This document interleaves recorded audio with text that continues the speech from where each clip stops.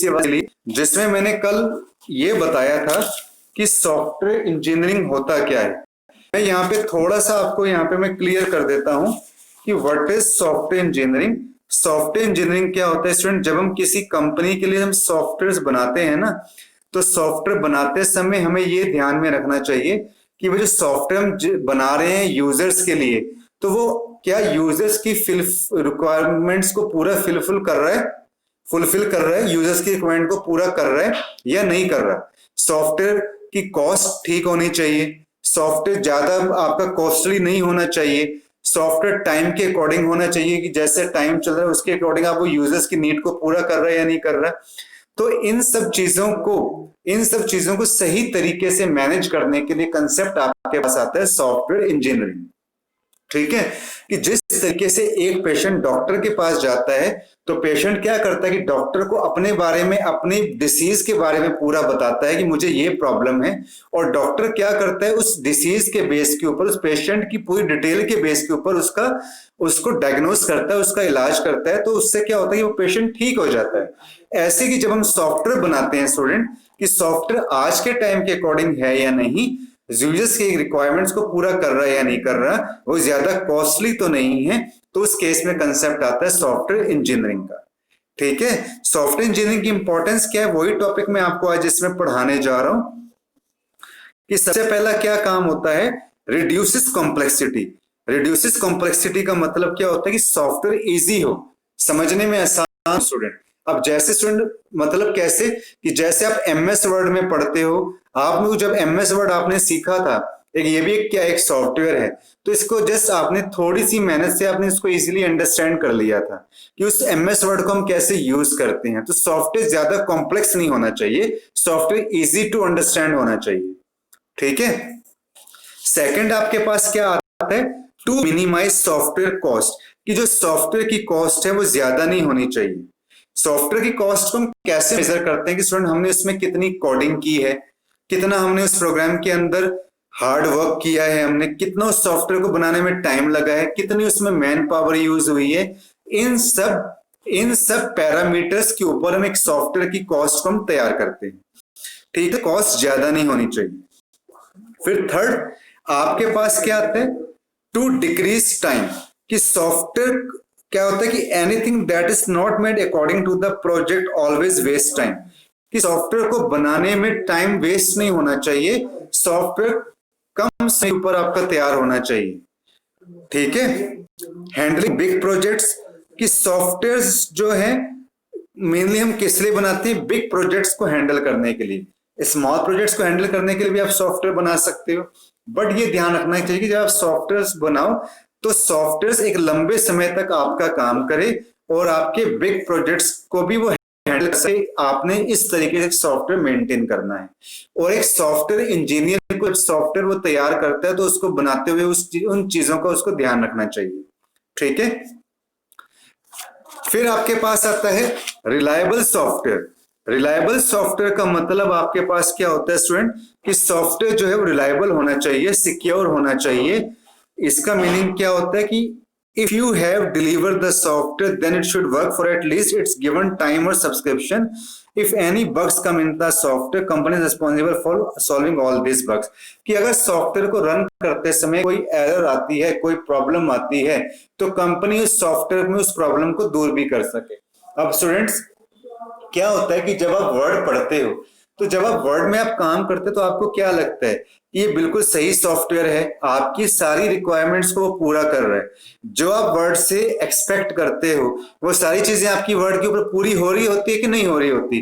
कि अगर आपको इसमें नया पेज चाहिए तो आप इजिली नया पेज इंसर्ट कर सकते हो, आप किसी टेक्स्ट को डार्क कर सकते हो, आप किसी टेक्स्ट का कलर आप जो है चेंज कर सकते हो, तो आपकी सारी रिक्वायरमेंट्स फुलफिल हो रही है कि नहीं हो रही। तो सॉफ्टवेयर ऐसा रिलायबल होना चाहिए, ये मीन्स कि आपको सॉफ्टवेयर को चलाते हुए कोई प्रॉब्लम नहीं आती। ठीक है कि नहीं। इफेक्टिवनेस का मतलब क्या होता है, effectiveness comes if anything has made according to the standards, कि स्टैंडर्ड्स के अकॉर्डिंग होना चाहिए आप सॉफ्टवेयर। सॉफ्टवेयर स्टैंडर्ड्स क्या होते हैं, are the big target of companies, ये कंपनीज के बिग टारगेट होते हैं कि अगर आपका सॉफ्टवेयर उन बिग टारगेट्स को पूरा कर रहा है तो इसका मतलब क्या है कि वो आपका इफेक्टिव सॉफ्टवेयर है। मतलब अगर एक डॉक्टर आपको कुछ ऐसी मेडिसिन दे रहा है जिससे आपको बेनिफिट हो रहा है, तो आप क्या कहोगे कि वो जो मेडिसिन है वो इफेक्टिव है आपके लिए। ठीक है, so software becomes more effective in the act with the help of software engineering. तो स्टूडेंट सॉफ्टवेयर इंजीनियरिंग की हेल्प से क्या होता है, आपका सॉफ्टवेयर इफेक्टिव बनता है। स्टूडेंट जब ये सॉफ्टवेयर इंजीनियरिंग का, मेरी बात समझ में आ रही है ना स्टूडेंट्स? मुझे मैसेज करके बताइए कि आपको मेरी बात समझ में आ रही है। मंजीत, नेहा, मेरी बात क्लियर हो रही है कि नहीं हो रही है आपको?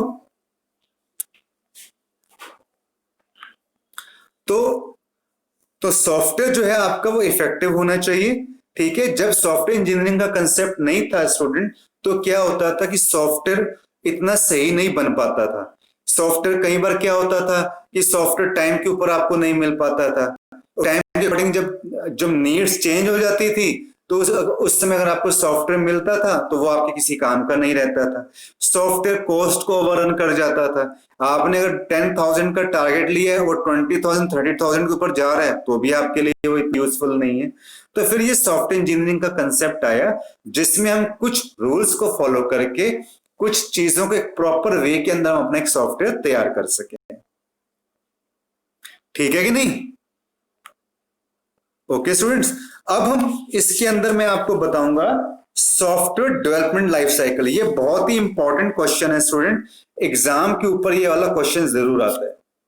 ठीक है नेहा, मंजीत, ये क्वेश्चन बहुत इंपॉर्टेंट है, मैंने यहाँ पे मेंशन भी किया और आपने इसको तैयार करना है। एसडीएलसी का क्वेश्चन एग्जाम के अंदर जरूर आता है। ये एचडीसीए में भी ये क्वेश्चन आता है और पीजीडीसीए में भी ये क्वेश्चन आता है। ठीक है, तो सॉफ्टवेयर डेवलपमेंट लाइफ साइकिल का मॉडल क्या होता है स्टूडेंट? जिस तरीके से एक ह्यूमन साइकिल होता है कि एक छोटा बच्चा पहले वो बोर्न होता है, फिर वो धीरे धीरे बड़ा होता है। वो सबसे पहले उसकी क्या कहते हैं कि वो छोटा बच्चा होता है, फिर ऐसे करते करते उसकी एज बढ़ती है।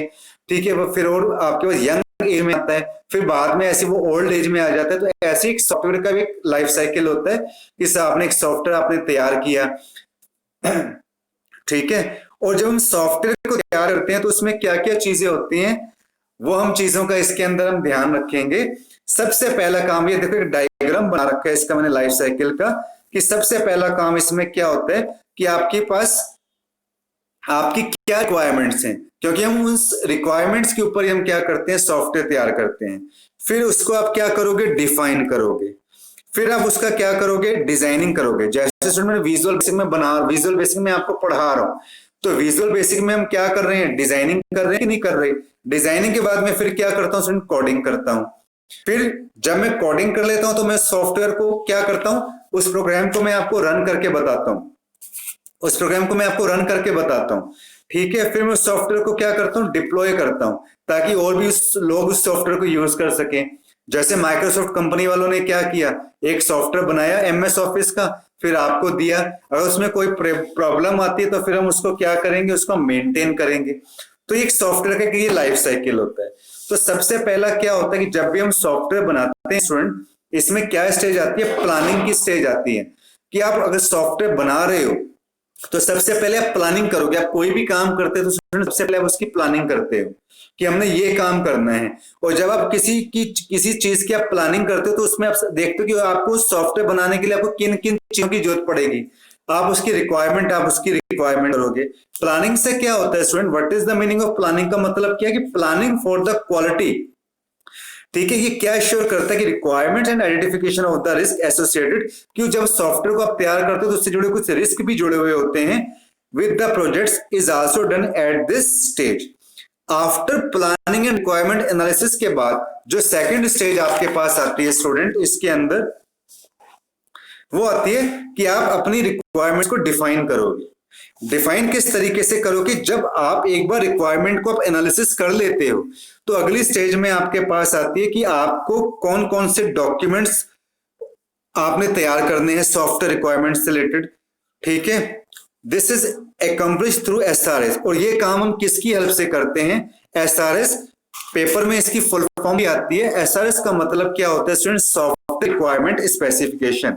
जिसमें क्या होता है स्टूडेंट, एसआरएस के अंदर क्या होता है, पूरी की पूरी इसमें डिटेल लिखी होती है कि यूजर क्या चाहता है आपसे और सॉफ्टवेयर इंजीनियर उसमें आपको तैयार करके क्या देता है। तो एक लीगल आपके पास एक प्रूफ होता है आप बाद में उस चीज से मुकर नहीं सकते। यूजर ये नहीं कह सकता तो मैंने सॉफ्टवेयर इंजीनियर को ये कहा था तो उन्होंने ये नहीं किया। तो मतलब सारी की सारी चीजें यूजर की साइड से भी और इंजीनियर की साइड से भी जो सॉफ्टवेयर तैयार करता है उसमें सारी लीगल चीजें पॉइंट ऑफ होती हैं, ताकि आप उसको जो है कोई बाद में उसमें से आप मुकर ना सके।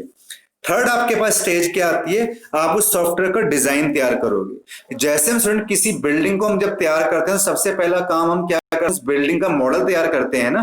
तो ऐसे उस सॉफ्टवेयर को आप डिजाइन करोगे। आफ्टर डिजाइनिंग आप क्या करोगे, उस प्रोजेक्ट को डेवलप करोगे। In this phase of SDLC actual development यहां से स्टार्ट होती है, जब हम उस प्रोजेक्ट को डेवलप करते हैं। प्रोग्रामिंग इज बिल्ड, इसमें हम प्रोग्रामिंग करते हैं, कोडिंग करते हैं। ठीक है, डेवलपर को कोडिंग करते समय कुछ चीजों का ध्यान में भी रखना पड़ता है कि उसे कौन कौन से टूल्स यूज करने पड़ेंगे। मिस कंपाइलर यूज करना है या उसको इंटरप्रेटर की जरूरत पड़ेगी, डीबगर की जरूरत पड़ेगी। ये कोडिंग को इंप्लीमेंट और डेवलप करने के लिए जरूरी होते हैं। ठीक है, क्लियर है स्टूडेंट? ठीक है, ये स्टेज ना आपने ऐसी लिखनी है, ये नहीं कि आगे पीछे कर दो, ये इसी वे में होगा स्टेप बाय स्टेप। आपके पास फिफ्थ स्टेज क्या आती है, टेस्टिंग करने की। जब आप कोड को जनरेट कर लेते हो स्टूडेंट, फिर आप उस सॉफ्टवेयर को आप टेस्ट करोगे, उस सॉफ्टवेयर को आप चला के देखोगे।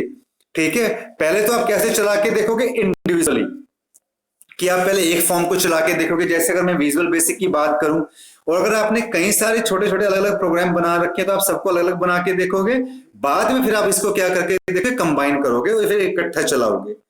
ठीक है, तो सॉफ्टवेयर टेस्टिंग के अंदर क्या होता है, यूनिट टेस्टिंग। यूनिट टेस्टिंग का मतलब क्या होता है कि सब आप सबसे पहले यूनिट लेवल पे आप टेस्ट करोगे, उसके बाद आप इन सबको जोड़ के आप टेस्ट करोगे, फिर आप कंप्लीट सिस्टम की आप टेस्टिंग करोगे, फिर आप उसको एक्सेप्ट करवाओगे। ठीक है, फिर स्टेज 6 आपके पास क्या आती है, डिप्लॉयमेंट। डिप्लॉयमेंट का मतलब क्या होता है कि अगर एक बार सॉफ्टवेयर आपका सर्टिफाइड हो गया और इसमें अगर कोई बग्स नहीं है, कोई एरर्स नहीं है, बग का मतलब क्या होता है, error, then it is deployed. तो फिर इसमें अगर आप सर्टिफिकेट, आपको एक सॉफ्टवेयर सर्टिफिकेट मिल गया, तब हम क्या काम करते हैं, वो सॉफ्टवेयर को हम आपके लिए प्रोवाइड कर देंगे ताकि आप उस सॉफ्टवेयर को आप यूज कर सको। जैसे जब एक फिल्म बनती है स्टूडेंट, तो उसमें क्या होता है कि एक फिल्म को सर्टिफाइड मिल जाता है। जब फिल्म स्टार्ट होती है सबसे पहले एक सर्टिफिकेशन आता है ना, कि अब वो फिल्म, आप सब जो बाहर जो उस फिल्म को देख रहे हैं, जो स्पेक्टेटर्स हैं, जो ऑडियंस के लिए वो फिल्म क्या है, तैयार है।